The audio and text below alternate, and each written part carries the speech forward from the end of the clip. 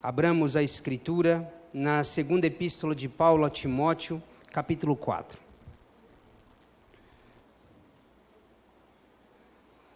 Segunda epístola de Paulo a Timóteo, capítulo de número 4. Nós faremos a leitura dos 5 primeiros versículos.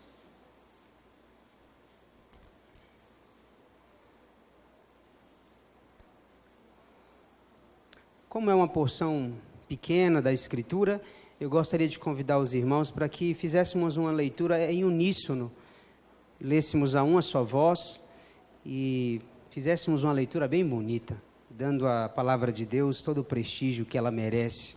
Vamos lá, todos juntos? Todos encontraram? Amém? Diz assim o texto sagrado: Conjuro-te perante Deus e Cristo Jesus, que há de julgar vivos e mortos, pela sua manifestação e pelo seu reino, prega a palavra, insta, quer seja oportuno, quer não, corrige, repreende, exorta com toda longanimidade e doutrina, pois haverá tempo em que não suportarão a sã doutrina. Pelo contrário, cercar-se-ão de mestres segundo as suas próprias cobiças, como que sentindo coceiras nos ouvidos, e se recusarão a dar ouvidos à verdade, entregando-se a fábulas. Tu, porém, sê sóbrio em todas as coisas, suporta as aflições, faze o trabalho de um evangelista, cumpre cabalmente o teu ministério. Amém. Vamos orar, meus irmãos? Pai, nós estamos diante da tua palavra nesta noite. E nós nos silenciamos diante do Senhor porque desejamos ouvir apenas a tua voz. Toda concorrência, tudo aquilo, ó Deus, que deseja furtar a nossa atenção, que seja dissipado nessa hora. Que sejamos completamente voltados ao Senhor, com atenção redobrada, vigilantes, em sinal de alerta, pois a palavra que o Senhor deseja nos trazer esta noite é uma palavra de extrema urgência e de grande importância. Portanto, ó Deus, em nome de Jesus, dá à igreja do Senhor, dá a cada um dos teus filhos um senso de responsabilidade, porque estamos diante da tua presença. E o Senhor há de fazer com que a tua voz seja verbalizada entre nós. Usa este teu servo, tão indigno da tua graça, tão limitado. Usa-me, ó Deus, apesar de mim mesmo, e manifesta a tua glória sobre a minha vida, para a edificação dos teus filhos, para a edificação da igreja. Esta é a minha oração, e eu a faço humildemente e sinceramente, em nome de Jesus. Amém. Meus irmãos, hoje nós iremos dar início a uma série de estudos com essa temática: Evangelho Delivery, para todos os gostos e a pronta entrega. O serviço de entrega a domicílio, irmãos, é o espelho da nossa sociedade. A modalidade delivery, ela surgiu em 1980, mas com o advento dos smartphones, teve um boom a partir dos aplicativos que facilitaram ainda mais o acesso das pessoas. Segundo uma pesquisa divulgada este ano pela Associação Brasileira de Bares e Restaurantes, o serviço de entrega a domicílio, o serviço delivery, movimentou em nosso país 10 bilhões de reais. Estima-se que no Brasil 4 mil restaurantes oferecem o serviço de entrega a domicílio e prometem fazer o produto chegar em sua casa em menos de 40 minutos. Algumas empresas já estudam a possibilidade de reduzir esse tempo fazendo a utilização de drones. Por que o ramo de delivery é um ramo e um dos segmentos que mais cresce no Brasil e no mundo? Os estudiosos, eles afirmam que este segmento, ele cresce porque ele atende dois anseios da nossa sociedade: rapidez e comodidade.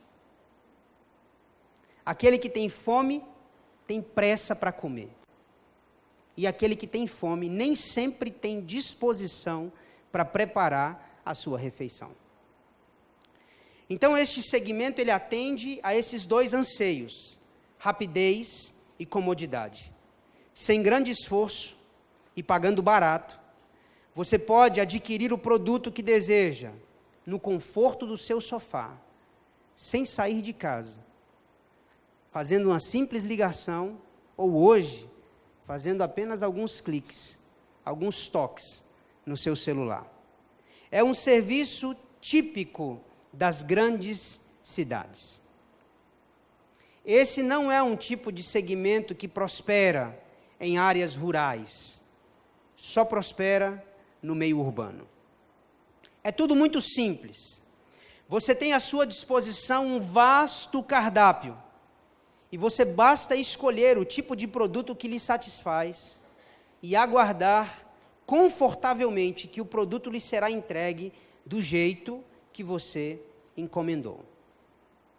É exatamente por isso que esta modalidade de entrega a domicílio, pronta entrega, o serviço de delivery, ele cresce. Atende os anseios do coração humano, de rapidez e de comodidade. Há várias versões do Evangelho sendo comercializadas em nossos dias. Não é novidade para ninguém que o Evangelho de Jesus se tornou um produto. E há muitas igrejas que vendem esse tipo de evangelho com base no gosto e na necessidade do cliente. Há igrejas para todos os gostos, há igrejas para todos os estratos sociais. E nessas igrejas também há um menu extenso, a pronta entrega a todos que desejam consumir mais um produto no vasto mercado da fé. Ricardo Barbosa, que é um pastor presbiteriano, já jubilado, ele escreveu muitos livros na área de espiritualidade, e um dos seus livros, chamado O Caminho do Coração, ele diz que transformaram a igreja num grande supermercado. Os crentes se tornaram em meros consumidores, e os cultos nada mais são do que prateleiras de exposição, onde a gente vai lá para adquirir o produto que a gente deseja. Aquilo que a gente não deseja, a gente simplesmente descarta e passa com o carrinho adiante. Esta é a realidade de muitas igrejas. O púlpito, em muitos lugares, nada mais é do que um balcão de negócios. E o pastor se transformou num vendedor disposto a fazer qualquer tipo de negócio e não perder o seu cliente. Nós estamos vivendo em dias onde o evangelho, ele tem essa roupagem. Ele foi transformado num produto. E há várias versões, há um vasto menu para todos os gostos e a pronta entrega. E eu gostaria, irmãos, de introduzir nesta série de sermões com um tipo de evangelho que ganhou muitos adeptos em nossos dias. Uma das versões do evangelho mais atraente.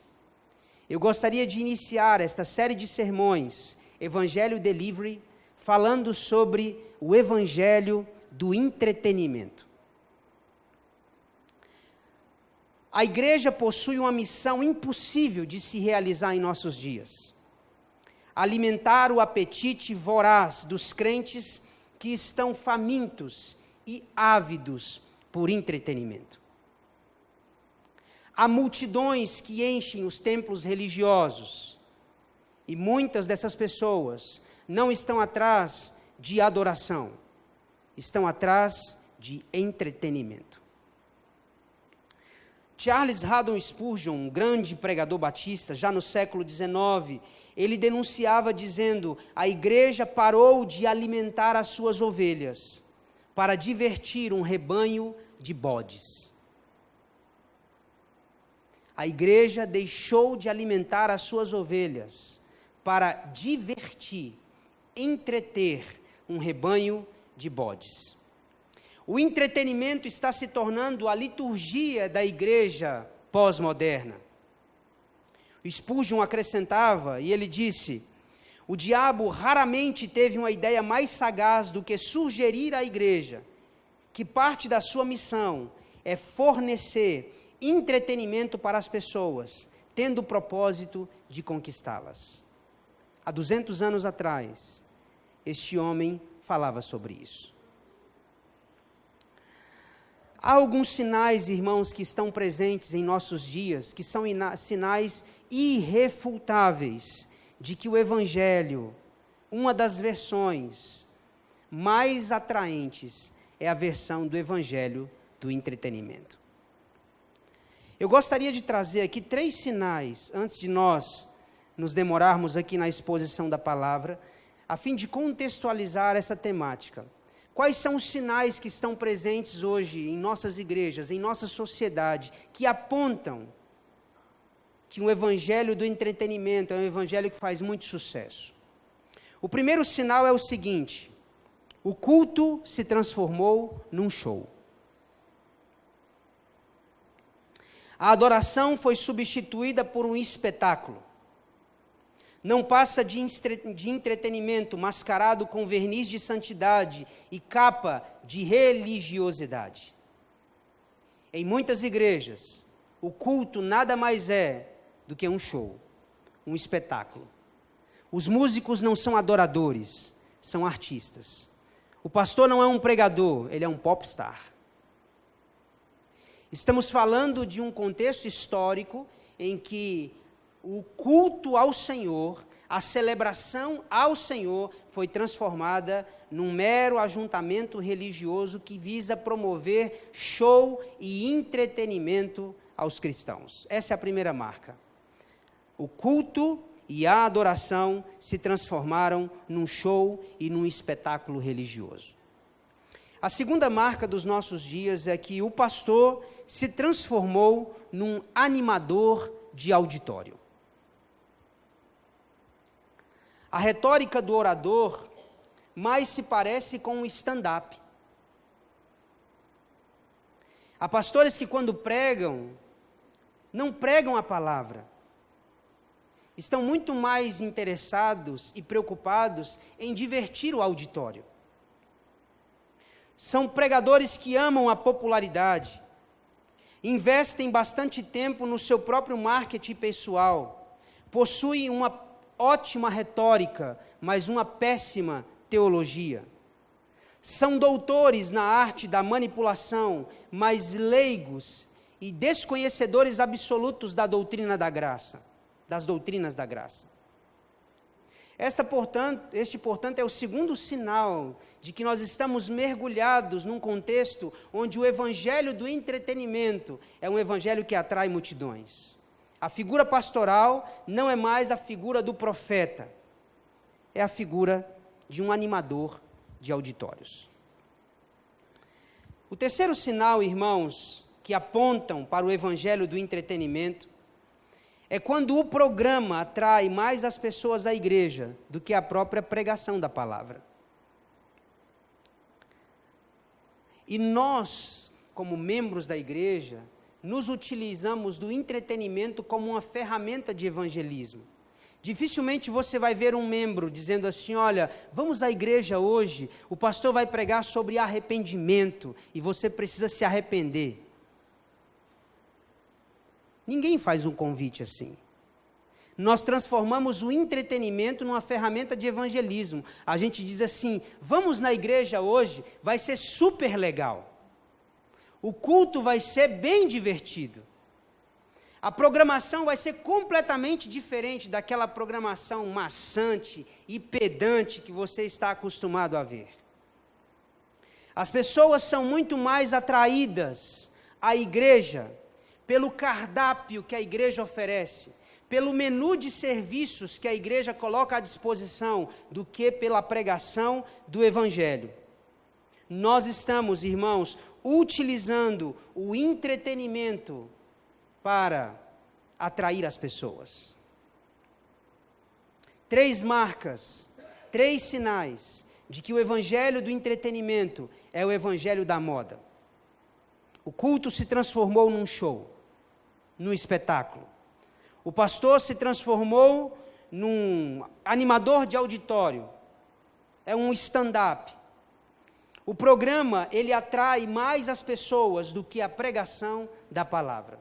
As pessoas vêm não pelo evangelho, mas pelos adereços, pelos penduricalhos que nós estamos inserindo no evangelho de nosso Senhor Jesus Cristo.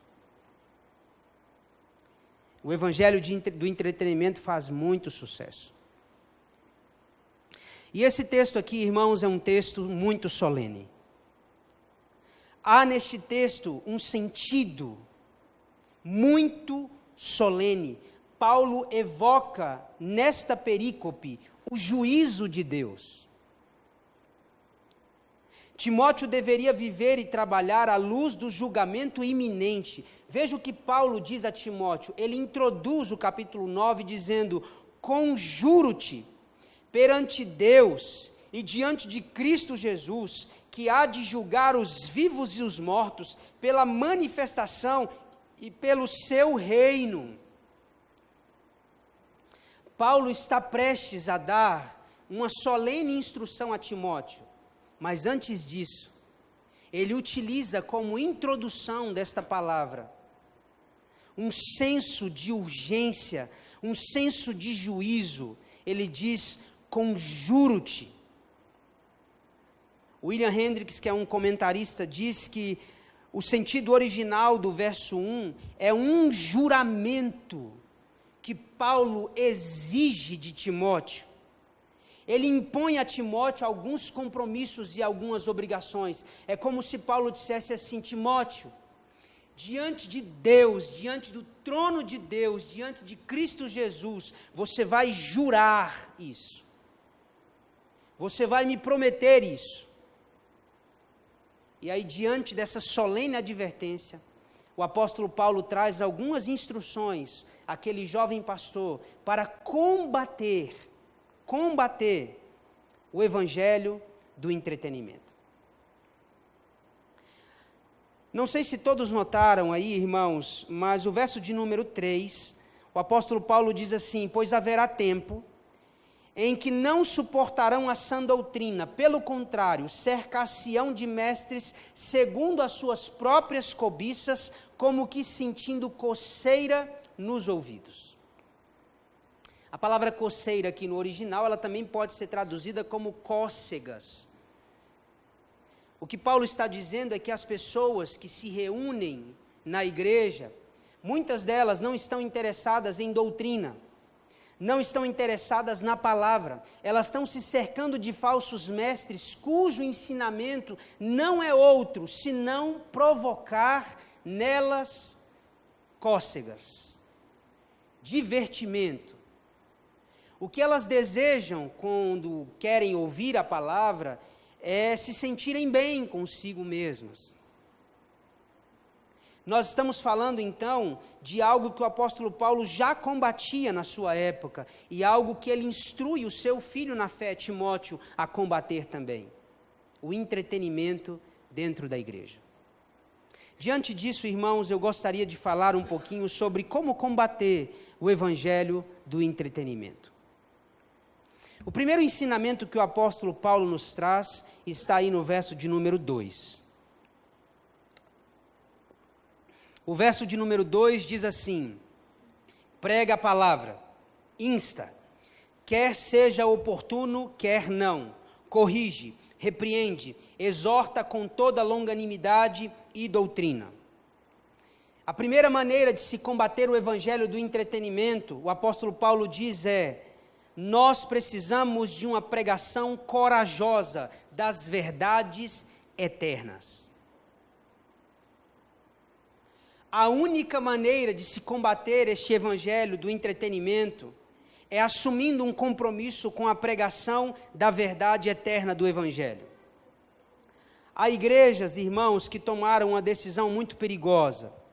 Transformaram um sermão num momento breve e num momento recreativo.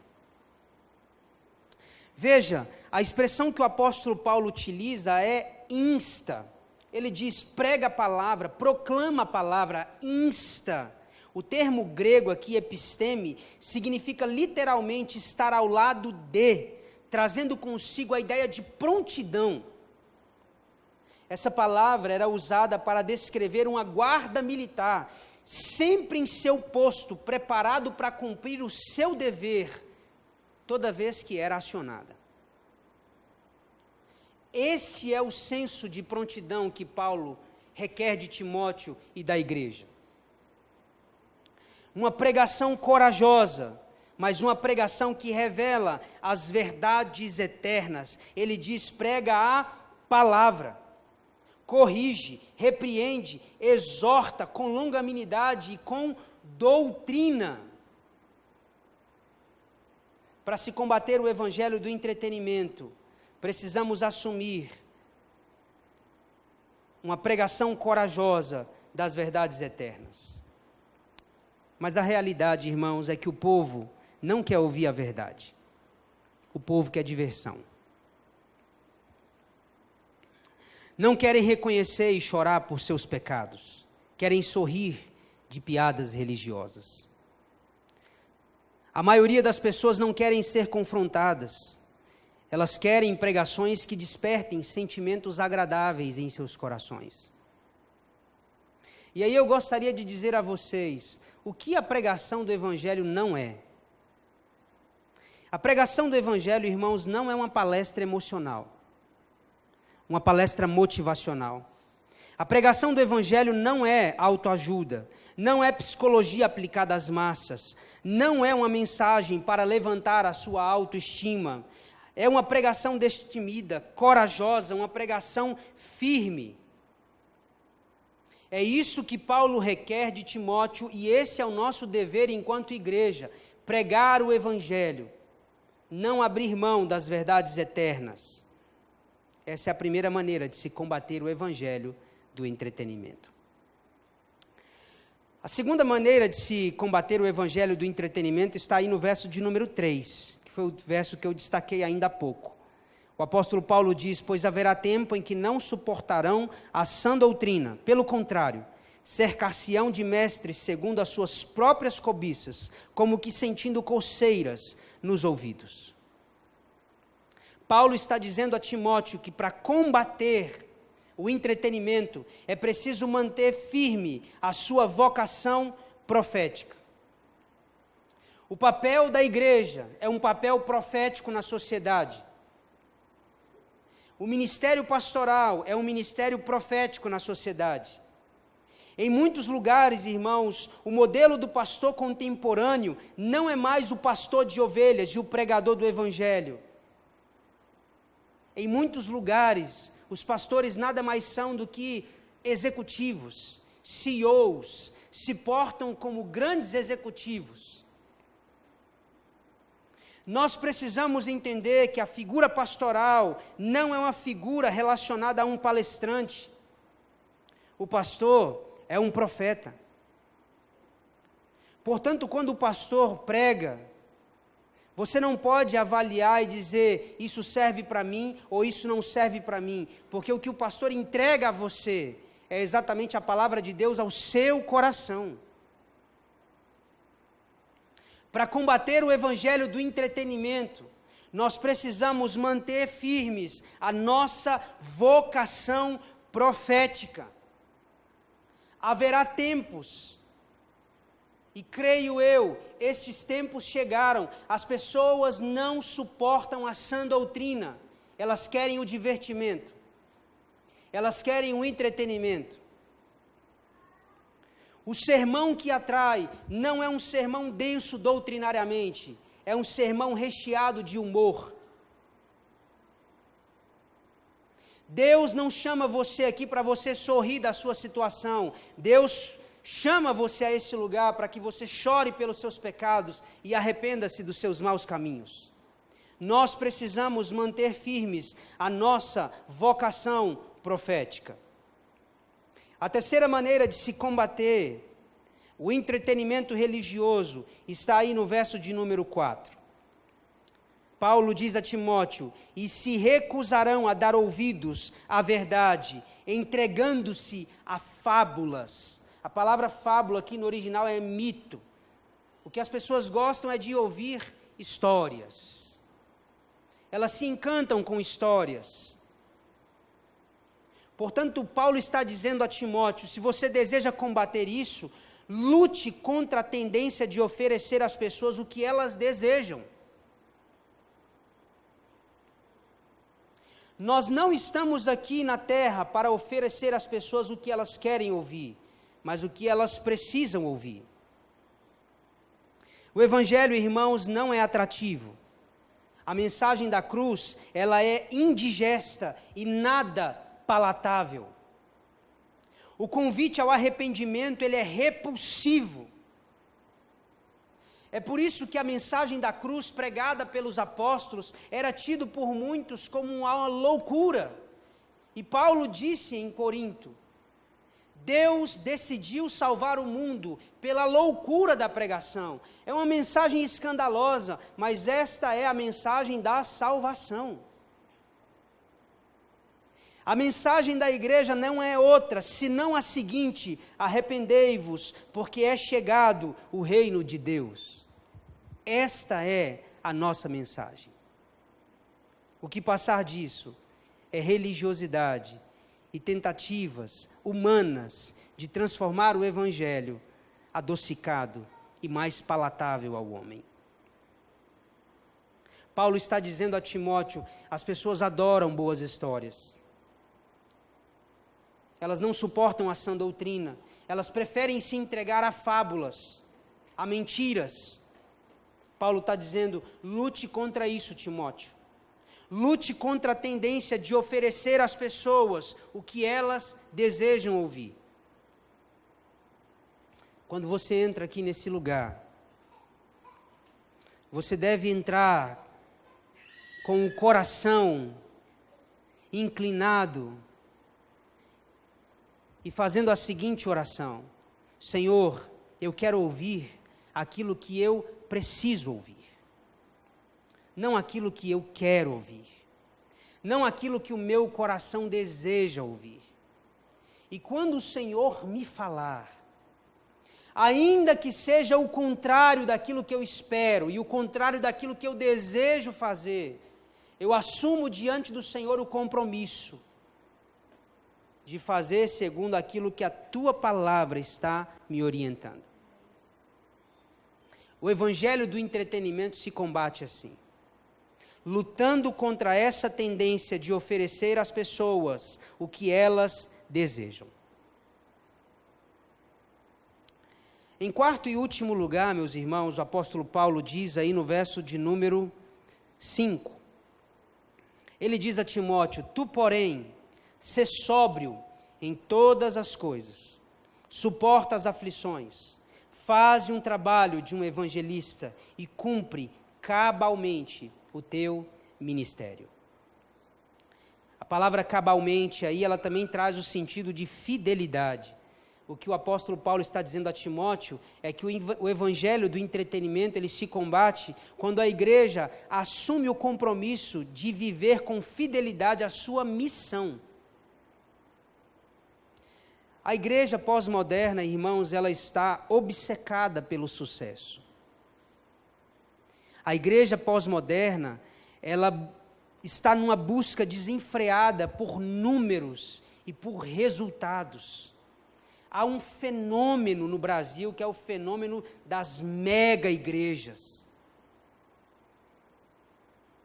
Com templos suntuosos e arrecadações faraônicas. A igreja está obcecada por sucesso, por resultado.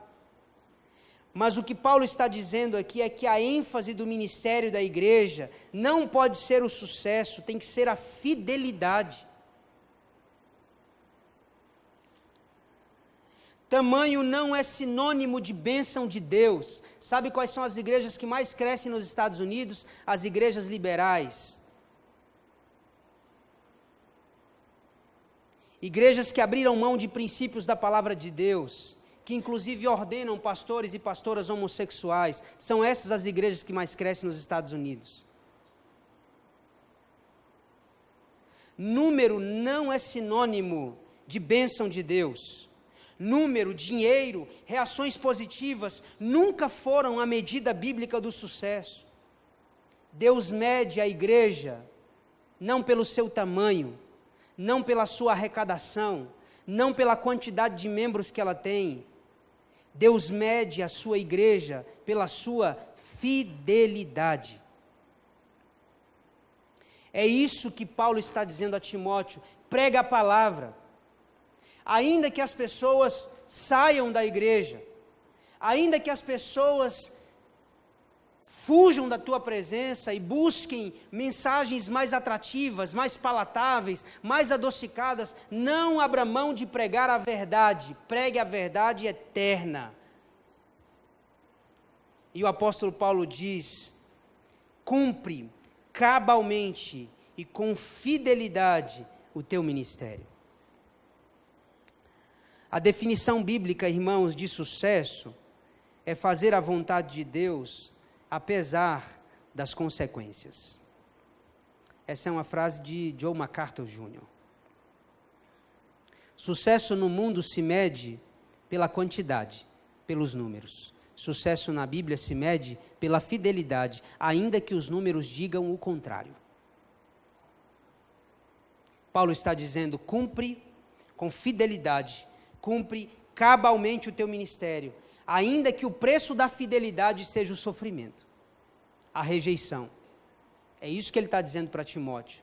As pessoas vão rejeitar você, vão rejeitar a tua mensagem, não vão aceitar a exposição da palavra. E Paulo diz: então suporta as aflições, suporta a rejeição, mas não abra mão de ser fiel. Precisamos assumir um compromisso aqui, irmãos. Precisamos assumir um compromisso diante de Deus, de combatermos esta tendência ao evangelho do entretenimento. Primeiro, firmando o propósito de assumirmos uma pregação corajosa das verdades eternas. Segundo, mantendo firme a nossa vocação profética. Terceiro, lutando contra a tendência de oferecer às pessoas o que elas desejam ouvir. A igreja não está aqui para fazer coceiras nos ouvidos das pessoas, para promover entretenimento. Quarto, Deus requer de nós e exige de nós que cumpramos com fidelidade a missão que nos foi entregue. Eu quero concluir dizendo algumas palavras. Se você está aqui porque essa igreja é uma igreja legal, desculpe minha franqueza, você está aqui por motivações erradas. Se você está aqui porque o pastor é simpático e eloquente, há pastores melhores, vá atrás deles. Se você está aqui porque os cultos são animados e divertidos, perdoe-nos. Nós estamos falhando em nossa missão ministerial. Nós não estamos aqui para promover diversão, estamos aqui para promover arrependimento.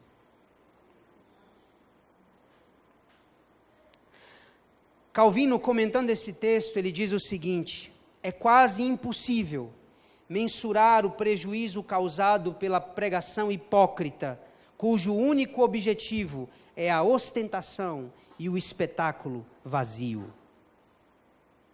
A igreja está sendo destruída em nossos dias, porque tem ofertado um evangelho que não é o evangelho de Jesus. O evangelho de Jesus não é para nos divertir, é para nos levar ao arrependimento.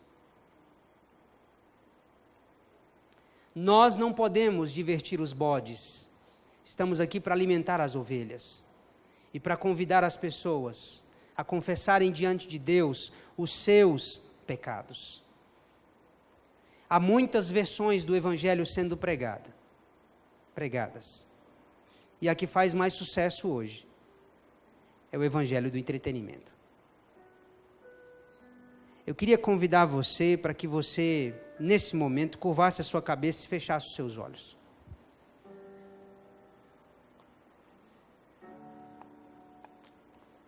Quero convidar a Vanúbia para que nos conduza aqui numa canção.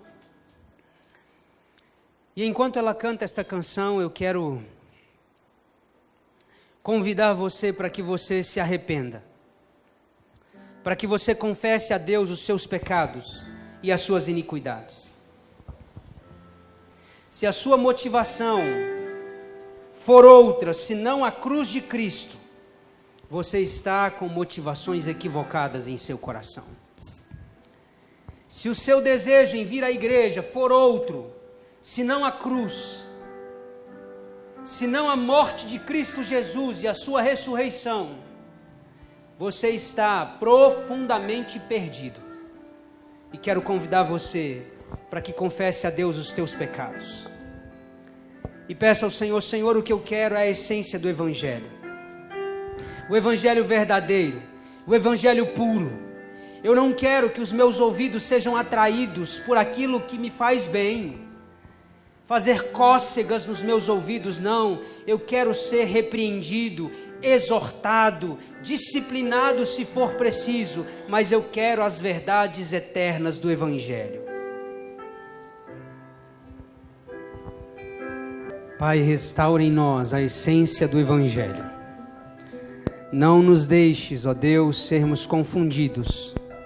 Não nos deixes, ó Deus, sermos enganados por estas propostas sedutoras de um evangelho de facilidades, um evangelho que vem para nos divertir, para trazer, ó Deus, bem-estar ao nosso coração.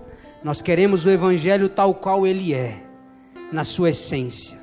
Portanto, ó Deus, restaura em nós, restaura na igreja o seu senso profético, a sua missão, para que possamos cumprir cabalmente o chamado, para que possamos pregar a Tua palavra de maneira corajosa, de maneira fiel.